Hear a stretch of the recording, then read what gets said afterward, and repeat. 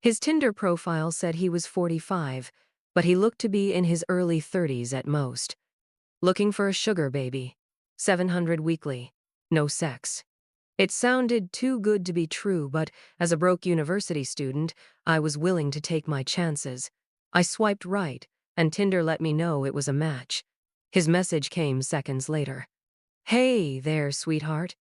I cringed at that word. I hated it, but $700 was $700, so I sucked it up and replied, "Hey."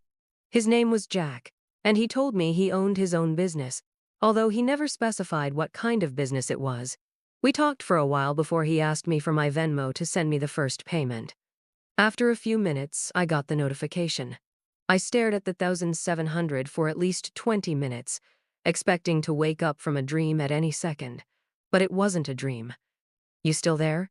I clicked on the message. "Yeah, sorry. If you don't mind me asking, what are you looking for in return?" I stared at the chat until he replied, "I'm just looking for you to do a few favors for me." That sounded like it was going to be sexual to me. Like what? For example, "The first thing I need you to do is pick up a delivery for me." That sounded innocent enough, but I was still expecting there to be some kind of twist. $700 to pick up a package? Come on, even I wasn't that naive. From the post office or something? "No, I'll send you the address, but I'd rather not do this through Tinder. You got Kick? Or you can give me your number." Kick? What was this, 2011? I decided to give him my number instead, and he texted me the address immediately, followed by the address to his house, where I would have to drop off the package. "I'm not home right now, but there's a key on the bottom of the blue flower pot near the door. Go inside and put the package on the coffee table in the living room. Make sure that you lock the door when you go inside the house, and then lock it again when you leave." I grabbed my car keys and wallet and got into my car, putting the address into Google Maps. Got it. W. My phone buzzed as I backed out of my driveway. "I'm serious. Lock the door both times. Please." I thought that was a little excessive, but I promised him that I would. The house looked abandoned. It had a broken chain-link fence around it, with a small door that was hanging on to dear life. It stuck out like a sore thumb, surrounded by houses that were a lot nicer than this one in comparison. "You here for Jack's shit?" I looked up to see a man standing in the open doorway of the house. He took up almost the entire space, his head skimming the top of the doorframe. He was huge, in height and muscles, and his entire torso was covered in tattoos. Yeah, I guess," I replied, not moving from my spot on the sidewalk. "Stay right there," he said. I did. I actually don't think I would have moved if he had asked me to. I looked around and realized that there was no one else on this street. I was a 21-year-old woman alone in the street. I gripped my car keys. A few minutes later, the man came back out carrying a cardboard box. It was about the size of a shoebox, but stained and damp on some of the corners. "Can you open your car?" he asked. I opened the trunk, not wanting that inside on my car seats, and he set it in. "All right, there you go," he said. "Thanks," I replied. I walked around to the driver's side of the car and opened the door. "Oh, and one more thing," he said. I looked at him. "Watch out," he said. I didn't reply. I blasted my music as I drove to Jack's house, hoping it would drown out my anxiety. It didn't. I parked my car in the stone driveway and stayed inside the car, admiring the house. It was a huge house, with stone pillars on the front porch and the greenest grass I had ever seen in my life. I turned the car off and got out. I grabbed the package and walked to the front door, getting the key from where he said it would be. I opened the door and stepped in, closing it behind me. I thought about what he had said, about locking the door when I got inside. I thought that was a little overboard, but as I stared at the closed door, something made me reach out and lock it. I walked inside, my feet cushioned by the thick maroon carpet, and admired the inside of the house. All the furniture was wooden and looked incredibly expensive. I would probably finish school a dozen times with the money that it took to furnish this place. I set the package down on the coffee table, and as I walked back to the door, I heard a phone ringing from somewhere inside the house. I froze. In my pocket, my phone buzzed. I took it out to look. Don't answer any calls that aren't from Marvin. I put my phone back and followed the sound of the phone, poking my head into a few different rooms before I found it in an office. I walked over to the desk and looked at the caller ID. Incoming call from Jack. That was odd. I grabbed my phone to look at the message again. I was starting to get a little bit creeped out and decided I wouldn't answer, just to be safe, and left the house, remembering to lock the door as I left. I've done a few more favors for Jack since then. I drove a BMW to a random park in another city, only to get out and drive a different car back to Jack's house. He had me meet one of his employees at lunch, who then gave me a briefcase to deliver to the first house I had gone to and told me he would know if I looked inside. On several occasions, he asked me to drive down to that same house and stay with the guy, whose name was Julio, for a certain amount of time. In total, I've made around $3,500. Most recently, Jack asked me to stay in his house overnight. I woke up to a text message from him. I need you to spend the night at my house. I hadn't ever seen him in person, but I had talked to him on the phone a few times. He proceeded to tell me he would pay me $1,000 to spend the night at his house, provided that I followed a few rules. I drove to his house that evening. The driveway was empty, and it normally was, but the porch light was on. I walked up, unlocked the door, went inside, and then locked it again. Everything in the house looked the same. Jack had told me over the phone that he would leave the list of rules on the dining room table. I set all my stuff down in the living room. My bags looked like garbage compared to the fancy furniture in there.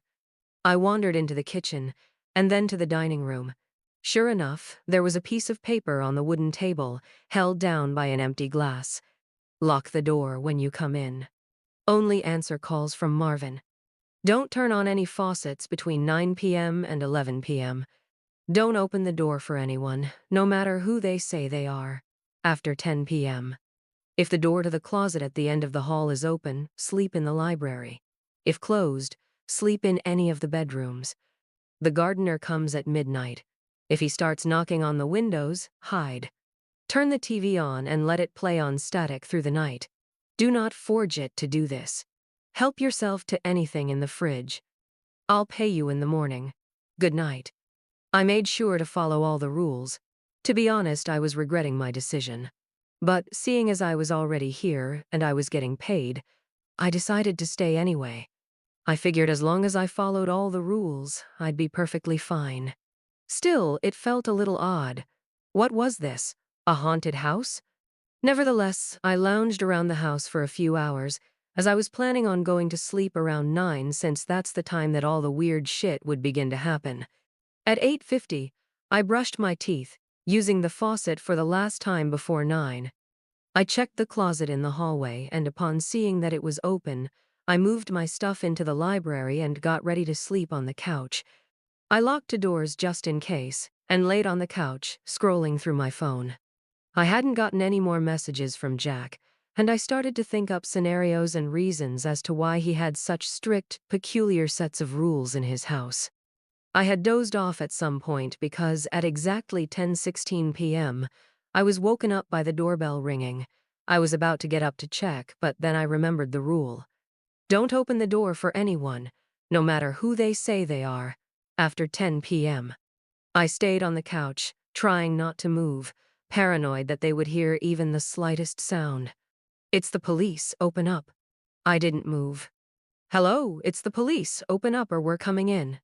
I still didn't move, but I could hear my heartbeat in my ears. There was silence for a while after that. Then the doorbell rang again. Hey, it's Jack, let me in. It sounded like Jack, but still, I didn't get up. He would have a key, wouldn't he? Why would he need me to let him in? This continued for almost a full hour. Different people would ring the doorbell, announce themselves, and then disappear when I didn't respond. I was finally able to fall asleep, and the gardener never came. When I woke up the next morning, I heard someone in the kitchen. I got up slowly and unlocked the door as quietly as possible, taking my phone with me and walking across the living room and into the kitchen. I stopped at the entrance and peered in. It was Jack, He was standing in front of the stove, stirring something as the coffee machine brewed coffee on the counter behind him. "Hey, good morning," he said when he saw me. "Hi," I replied, nervous. I hadn't seen him in person before, but he looked exactly like his pictures online. "Scrambled eggs?" he asked, motioning to the pan with a wooden spoon. "Yeah, thanks," I replied, walking over to take the plate from him. I ate my breakfast and drank some coffee in silence. "So how was it?" he asked. "It was okay. Nothing super freaky happened," I replied. "Cool," he replied. There was an awkwardness in the room. "I think I'm gonna go now. I have class," I trailed off. I didn't. But I really wanted to get out of there. "Oh no, yeah, sure. I'll talk to you some other time," he replied. I grabbed my stuff and he walked me to my car. I could see him standing in the driveway, staring at me as I left.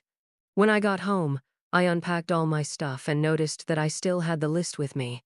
I sat on my bed and read it again. I felt my body tense up as I realized that I had forgotten something. "Turn the TV on and let it play on static through the night. Do not forget to do this. Turn the TV on and let it play on static through the night. Do not forget to do this. Do not forget to do this." I stared at the words on the page until they lost meaning. Beside me, my phone buzzed, snapping me back to reality. It was the Philsand 1000 payment. I looked at my phone and then back at the list. Maybe it wasn't an important step? As I was thinking this over, a text from Jack came in. "I'm not in town right now. I should be back next week. So you're free from running any more errands for me until then. Just sent the payment, go do something fun." I stared at the message and read it again. And again. And once more for good measure. "I'm not in town right now." I thought back to this morning, and how Jack was in his house. How he gave me breakfast. "I'm not in town right now." Within minutes, a new text came in, this time from a number that I didn't recognize. "Did you forget to do something?" The text was followed by a picture of Jack, or whoever this version of Jack was, standing in front of the TV. I didn't respond. Next came another picture. This one was of the outside of my house. It was followed by another text. "Watch out.